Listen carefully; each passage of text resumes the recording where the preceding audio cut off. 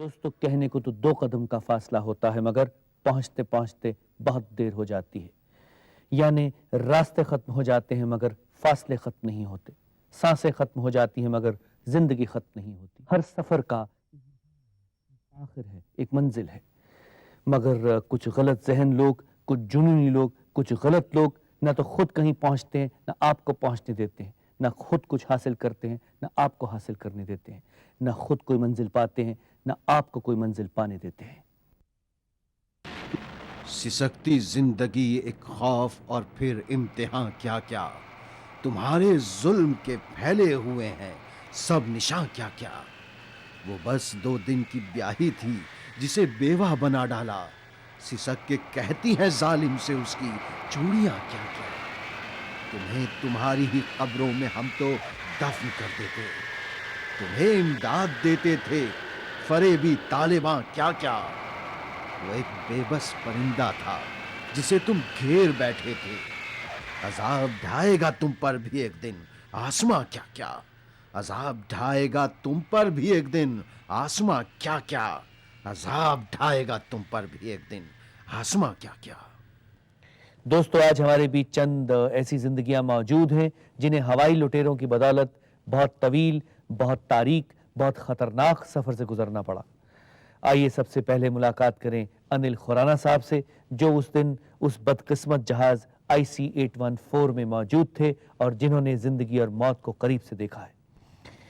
अनिल साहब, सबसे पहले आपको कब ये शुबह हुआ कि कुछ गड़बड़ है?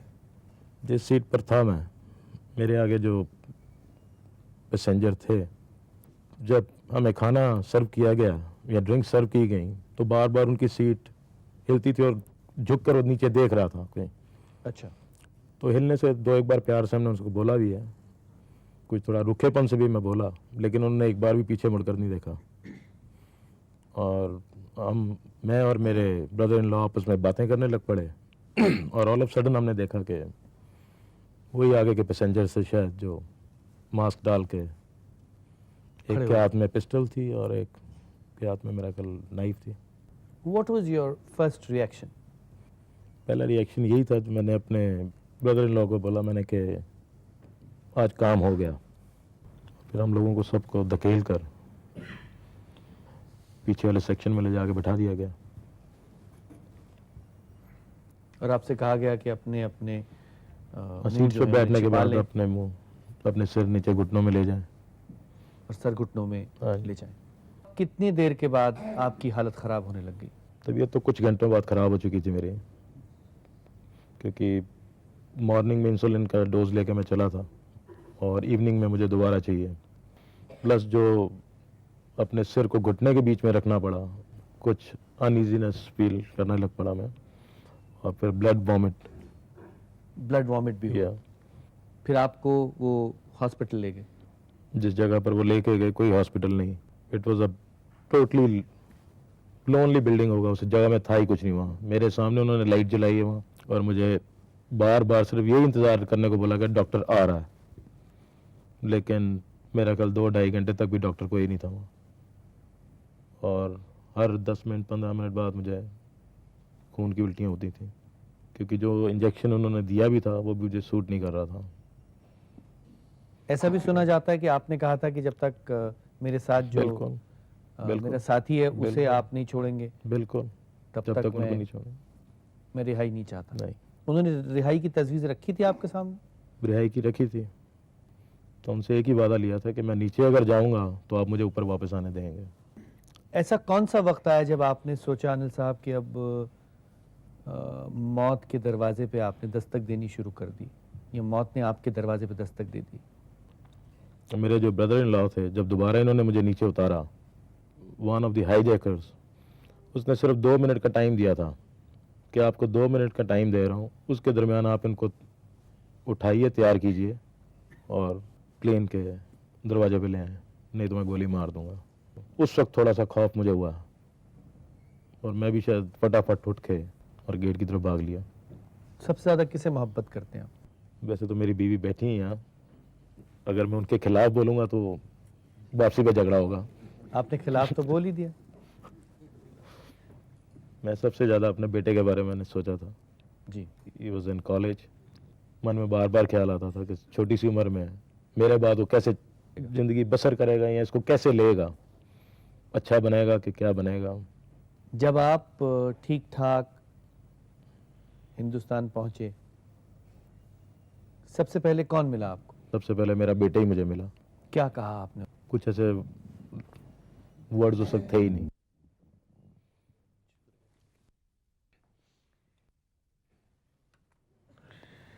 अनिल खुराना साहब से बातचीत करने के बाद हमें ऐसा लगा कि एक छोटे से जहाज में इन्हें जिंदगी के बड़े बड़े तजुर्बात हासिल हुए। दोस्तों, आज हमारे बीच एक ऐसी जिम्मेदार जिंदगी भी मौजूद है जिसने दर्द के पलों में, मुश्किलों के लम्हों में और मौत की धड़कनों में भी जिंदगी की धड़कनों को जिंदा रखा, कायम रखा। आइए मुलाकात करें IC 814 के काबिल, लायक, बाहौसला कप्तान देवी शरण साहब से। कैप्टन साहब, सिलसिलेवार बताइए, सबसे पहले क्या हुआ था जब आप टेक ऑफ कर गए थे? टेक ऑफ करने के बाद तो कोई 40 मिनट के बाद एक हाईजैकर अंदर आया जिसको बाद में पता लगा कि उसका नाम चीफ है। उसने रेड कलर का पहना हुआ था, दैट मंकी कैप, और एक हाथ में उसके ग्रेनेड था, एक में रिवॉल्वर था। और सबसे पहले जैसे ही वो एंटर किया तो एक बार लगता है थोड़ा सा कि यार ये कोई पता नहीं कोई मजाक कर रहा है, बट इमीडिएटली लग गया कि कुछ गड़बड़ है। तो आते ही उसने बोला कि आप कोई मूवमेंट नहीं होनी चाहिए आपकी तरफ से। तो हमने पूछा क्या चाहते हो, तो वो थोड़ा उर्दू यूज़ कर रहे थे कि आप वेस्ट में जाइए, वेस्ट में, उर्दू में कुछ बता रहे थे वो। इमीडिएटली वाराणसी कंट्रोल को बता दिया। With in I think 5 to 7 minute मैंने पैसेंजर्स को भी अनाउंस किया कि हम हाईजैक हो चुके हैं, आप प्लीज़ इनकी बात मानिए। और क्योंकि इनके पास असला था, वो तो देख ही लिया था, क्योंकि with in 5 minute of hijacking I could count 5 people, और उनके पास 3 रिवॉल्वर, 4 हैंड ग्रेनेड, 1 नाइफ, क्योंकि बारी बारी सर आ रहे थे वो उसको सलाम मारने, दैट जो चीफ था। तो उससे पता लग चुका था इनके पास इतना असला है। जब बाद में इंडिकेट किया वेस्ट लाहौर में, हमने बोला लाहौर नहीं जा सकता। देन दे सेड कि लाहौर क्यों नहीं जा सकता? आपने झूठ बोला था? वो नेचुरली हमने झूठ बोला था, बिकॉज हमारे पास फ्यूल तो था उस टाइम, पर हमने झूठ इसलिए बोला था कि हम जाना नहीं चाहते थे लाहौर। और वो अगर मेरे को 5 बार कहते थे लाहौर को कॉन्टैक्ट करने के लिए, तो मैं एक बार मैं कॉन्टैक्ट करता था लाहौर को, because I was not interested. But at last we could succeed to land in Amritsar, और एग्जैक्टली 49 मिनट्स के बाद वहाँ से हम एयरबोर्न हो गए थे। बट इमीडिएटली क्या हो सकता था कि जैसे फ्यूल है, फ्यूल बाउजर है, अगर वो आ जाता तो time could have bought. They were using one satellite phone. At 7:40 they got a call from Delhi कि एक एयरक्राफ्ट टेक ऑफ कर चुका है विद कमांडोज। तो ये आके एक बर्गर ने अंदर आके चीफ को बताया था। तब मेन जो मतलब पैनिक हुआ कॉकपिट में और पीछे कैबिन में, दैट वाज मेन। तब उन्होंने अपना काम स्टार्ट किया किलिंग का। क्योंकि आप तब तक शोर मचाते रहे? तब तक मैं शोर मचाता रहा, उनको चला रहा था कि आ रहा है फ्यूल, आ रहा है फ्यूल, आ रहा है फ्यूल। जब क्रैश लैंडिंग के लिए हम जा रहे थे, बिकॉज वो हमें नहीं मिल रहा था, रनवे नहीं मिल रहा था, तो तब उन्होंने एक ही बात बोली, एक ही बात पूछी कि ये पाकिस्तान है, लाहौर है। कहता ठीक है आप इसको क्रैश कर दो। They were not scared, they said कि ठीक है मार दो सबको, but they wanted to die in Pakistan territory. अब ऐसे लोगों के साथ आप कैसे लड़ोगे? बाद में काफी बातें उठी कि आप रनवे से बाहर निकाल देते, आप ये कर देते। कहां पर लिखा है, किस जगह लिखा है? We are suppose to do only whatever is written in the book. और अगर हमने मान लो कर लिया तो क्या बैकअप है मेरा? अगर मैं कल को ऐसा करते हुए 10-15 लोग लेके साथ में खुद भी मर गया, क्या बैकअप है मेरी फैमिली का? क्या बैकअप होगा उन पैसेंजर्स का? 6-7 लाख रुपया। जी, थैंक यू सर।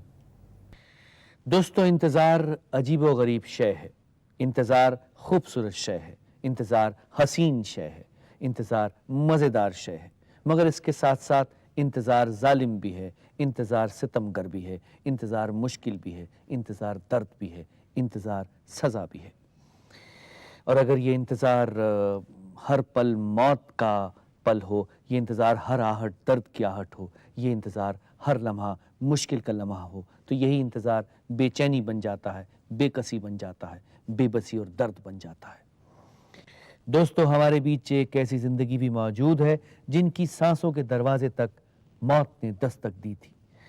आइए मुलाकात करें दमन कुमार सोनी साहब से और उनसे मालूम करें कि मौत करीब से कैसी दिखती है। सोनी साहब, क्या हुआ था उस दिन?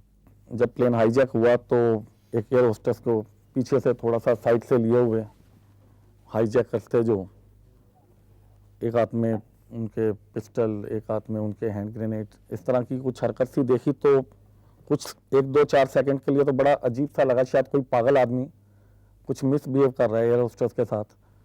बट वेरी नेक्स्ट सेकंड्स कुछ और भी अजीब सा लगा, और ये सारी पोजीशन देखते हुए लगा कुछ गलत सा हो रहा है हमारे साथ। और उतनी देर में बिजनेस क्लास से सब लोग इकोनॉमी क्लास में, एग्जीक्यूटिव क्लास से आने लगे। तो हमारे कैप्टन साहब ने भी अनाउंस कर दिया 5-10 मिनट के अंदर कि हमारा प्लेन हाईजैक हो गया है। तो प्लेन हाईजैक हो गया मीन्स ऑल ऑफ सडन ऐसा था जैसे शायद हम हवा में उड़ते चले जाएंगे। अब क्या होगा, दिमाग एक कहते हैं ना डेड माइंड हो गया। उसके बाद जैसे उनकी इंस्ट्रक्शन हुई, हेड डाउन, आंखें बंद, अपना लंच सीटों के नीचे फेंक दो, नो मूवमेंट। तो पैसेंजर्स ने ऐसा करना शुरू कर दिया। तो एक जो टेररिस्ट था कार्ल बर्गर, वो आया, मेरी विंडो साइड में सीट थी, दूसरा मेरे साथ पैसेंजर थे जो मेरे साथ गए हुए थे, उनको पीछे करके उन्होंने मेरे को लिया, मेरी तलाशी ली, मुझे अंदर जाने के लिए कहा, एग्जीक्यूटिव क्लास में जाने के लिए एग्जीक्यूटिव क्लास में कहा। तो अंदर मैंने देखा उनके पास नायलन की पीले रंग की रस्सी है बैग में उनके, और बैठने की पोजीशन दी उन्होंने, मेरे को हाथ पीछे करके ओवर टाइट करके बांध दिया। मेरे बाद में रूपन कत्याल को लाया गया था। आपके सामने रूपन को मारा गया? हाँ, मेरे सामने 2 बार अटेम्प्ट किया है, और उनकी साइड पे काफ़ी ज़्यादा नाइफ को बार बार रिपीट करते हुए ना दिया गया। तो उसके बाद वही नाइफ को अंदर कैप्टन साहब को दिखाने ले गए हैं कि आदमी मार दिया। तो सेकंड अटेम्प्ट उन्होंने किया तो रूपन कत्याल की बैक सीट पे सतनाम सिंह बैठे थे, होशियारपुर से थे, जो उनको किया है। और ये मेरा गुड लक है कि 22, 23, 24, 25, 26, और जैसे वो ये कर रहे थे और मेरी जो पोजीशन थी, बॉडी में इतनी मैंने अपनी हार्ड कर ली थी कि इसी तरह मेरे साथ होना है। और जितने मेरे को पसीने और मतलब जो आखिरी सांसें गिन रहा था मैं, मुझे अच्छी तरह ध्यान है, शायद सरन साहब को इस बात का ध्यान नहीं, कि 27 उन्होंने काउंट किए तो सरन साहब ने जहाज स्टार्ट किया। तो मुझे ये दिख रहा है 28-29 के बाद मैं नहीं था। आपकी जिंदगी और मौत के बीच में तकरीबन 1-2 सेकंड का 1-2 सेकंड का वक्फा था। वक्त था। अगर ये प्लेन स्टार्ट न करते जी हाँ, तो वो आपको मार देते, जी हाँ, जख्मी तो कर ही देते। कुछ भी हो सकता था। दोस्तों, इनकी बातें सुनने के बाद ज़रा गौर फरमाइए कि इस तरह के खून खराबे में और दहशत में और मुश्किल में मासूम बच्चों का, औरतों का, बीमार मुसाफिरों का क्या हाल हुआ होगा। और एक बार फिर लौट कर चलते हैं कप्तान देवी शरण के पास और उनसे कुछ बातचीत करते हैं। कभी ऐसा लगा आपको कप्तान साहब के अब जिंदगी और मौत में बहुत थोड़ा सा फासला रह गया? नहीं, ये तो हमें हर मिनट पे ही वहां लग रहा था। कभी लगता था, कभी नहीं लगता था, कभी लगता था आज छूट जाएंगे, कभी लगता था कि नहीं आज मर जाएंगे। हमें लास्ट डे पे अगर आप देख लो 30th की मॉर्निंग में ऐसे लगता था कि आज सब खत्म हो जाएंगे। ये भी था। वो कहते थे ऐसा? हाँ बिल्कुल कहते थे। आपकी बेगम ने कहीं मैंने पढ़ा था, बताया था कि जब आप इस तरह से हाईजैक हो गए सब लोग, तो उन्होंने कहा कि I am not worried, I am sure he will be victorious, he will come back safe and will get all the passengers back home. इतना कॉन्फिडेंस क्यों था उनको? उसका एक रीजन है, ये चीजें घर से स्टार्ट होती हैं। घर से क्या होता है कि घर में कोई भी मोस्टली जितनी छोटी से लेके बड़ी प्रॉब्लम होती है, I am able to solve them till today. कोई भी, चाहे हमारे अपनी फैमिली के डिस्प्यूट हो, चाहे कुछ भी हो, I am the youngest one, still you know मैं अपने बड़े भाइयों के जो होते हैं प्रॉब्लम्स ये वो मोस्टली सॉल्व करता रहता हूँ। तो इनको क्या होता है कि इनको मेरे ऊपर कॉन्फिडेंस है जी कि भाई ये कर देंगे। अब मैं ये नहीं कहता कि वहां पर बैठ के मैंने सब कुछ किया, ऐसा कुछ नहीं है। My full crew is fully मतलब जो होता है ना कमेंडेबल जॉब जिन्होंने की है। आप हिसाब लगा लीजिए कि एक लेडी को अगर 2 घंटे साड़ी में काम करना पड़े, and it is very difficult, and those girls 8 days 24 hours इन साड़ीज, मतलब उनके लिए मैं मतलब इवन हमारे जो flight persons mister Sharma and mister Satish, कभी उनके मुंह पे हमने शिकन नहीं देखी। 8 दिन तक 8 दिन तक सुबह शाम सुबह रात दिन। शाम काम करना, हमने उनके मुंह पे शिकन तक नहीं देखी। जागिया साहब, being a old man, he was the most helpful person to me, क्योंकि मोस्ट जितनी एडवाइस होती थी मैं इनसे लेता था, क्योंकि एक्सपीरियंस तो इनका चल रहा है।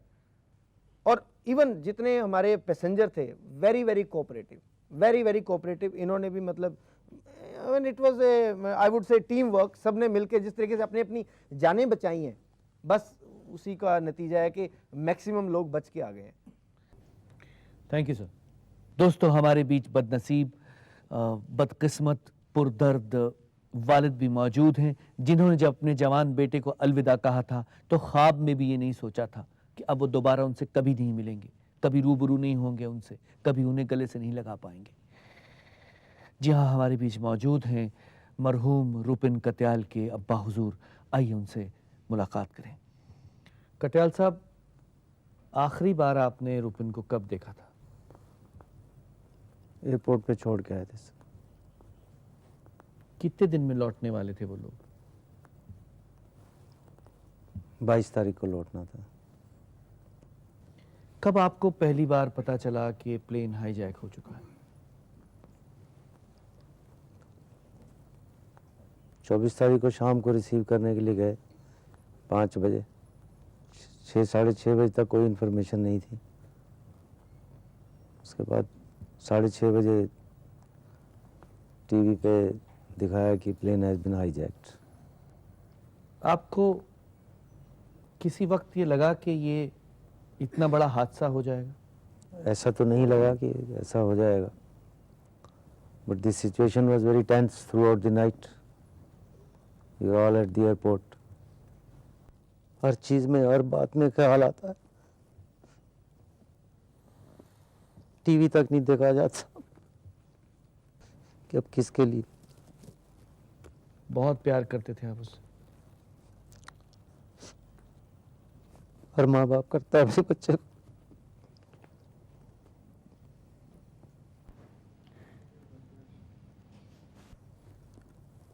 रचना को हौसला देते हैं आप? पहले तो गुप्ता जी यहाँ बैठे हुए, मैं इनका पर्सनली शुक्रिया यहीं अदा करना चाहूँगा। इनको मैंने जम्मू में फ़ोन किया कि मुझे ऐसा उसकी नौकरी की ज़रूरत नहीं है, लेकिन उसको एब्जॉर्ब रखने के लिए मैंने इनको जम्मू फ़ोन किया। इमीडिएटली इन्होंने अपने पीए को बोला कि she has to be absorbed. Idea यही था कि वो थोड़ा बिजी रहे। कभी एक दिन के बाद, कभी आधे दिन के बाद ख्याल आता है तो फिर वही। मैं तो ये सोचता हूँ कि मेरे पास दुकान में आज भी कोई भी ऑर्डिनरी कस्टमर आके वो रोने लग जाता है तो हमारा क्या हाल होगा, आप समझ ही सकते हैं।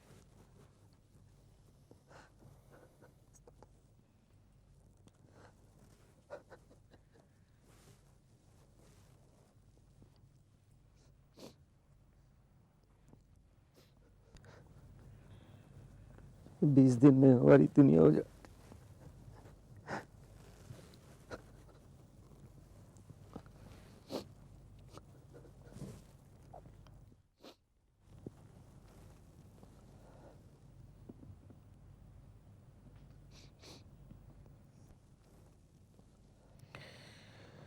दोस्तों, इनकी सिसकियों को, इनके आंसुओं को, इनकी तड़प को, इनकी तकलीफों को, इनके अश्कों को और खामोशियों को अगर आतंकवादी और दहशतगर्द देख रहे हैं तो उन्हें डूब मरना चाहिए शर्म से। क्या बिगाड़ा था इस बदनसीब बाप ने उनका? क्या कसूर है इनका? क्या खता है इनकी? याद रखिए, आपको इसकी सजा जरूर मिलेगी। इनके आंसू, इनके अश्क, इनकी सिसकियां जाया नहीं जाएंगी। रब, भगवान, खुदा आपको जरूर सजा देगा, चाहे देर से ही दे। दोस्तों, हमारे बीच state minister of civil aviation Chaman Gupta साहब भी मौजूद हैं। आइए इनसे सरकार की कमियों पर, सरकार की कमजोरियों पर, सरकार की बारीकियों पर बातचीत करें। चमनलाल जी, आपने अभी सब सुना है, देखा है और समझा भी होगा। क्यों इतनी देर हुई वहाँ पेट्रोल का टैंकर आने में अमृतसर के एयरपोर्ट पर?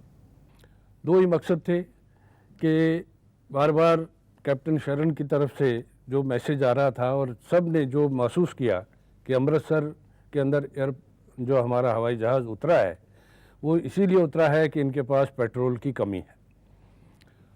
अब दिमाग में ये था कि अब पेट्रोल तो है नहीं, अगर हम नहीं देंगे तो ये उड़ा नहीं सकेंगे।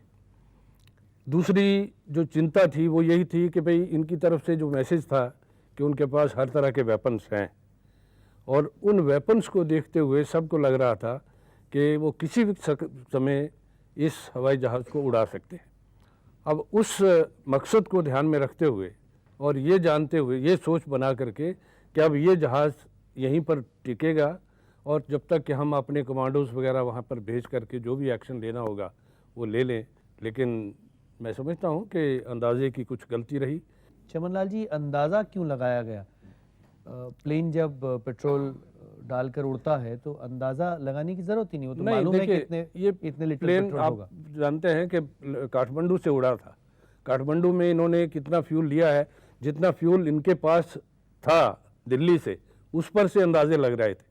लेकिन अगर काठमांडू में भी इन्होंने कुछ ऐड किया है कि नहीं किया है, ये मैसेज जो है वो यहाँ पर नहीं था।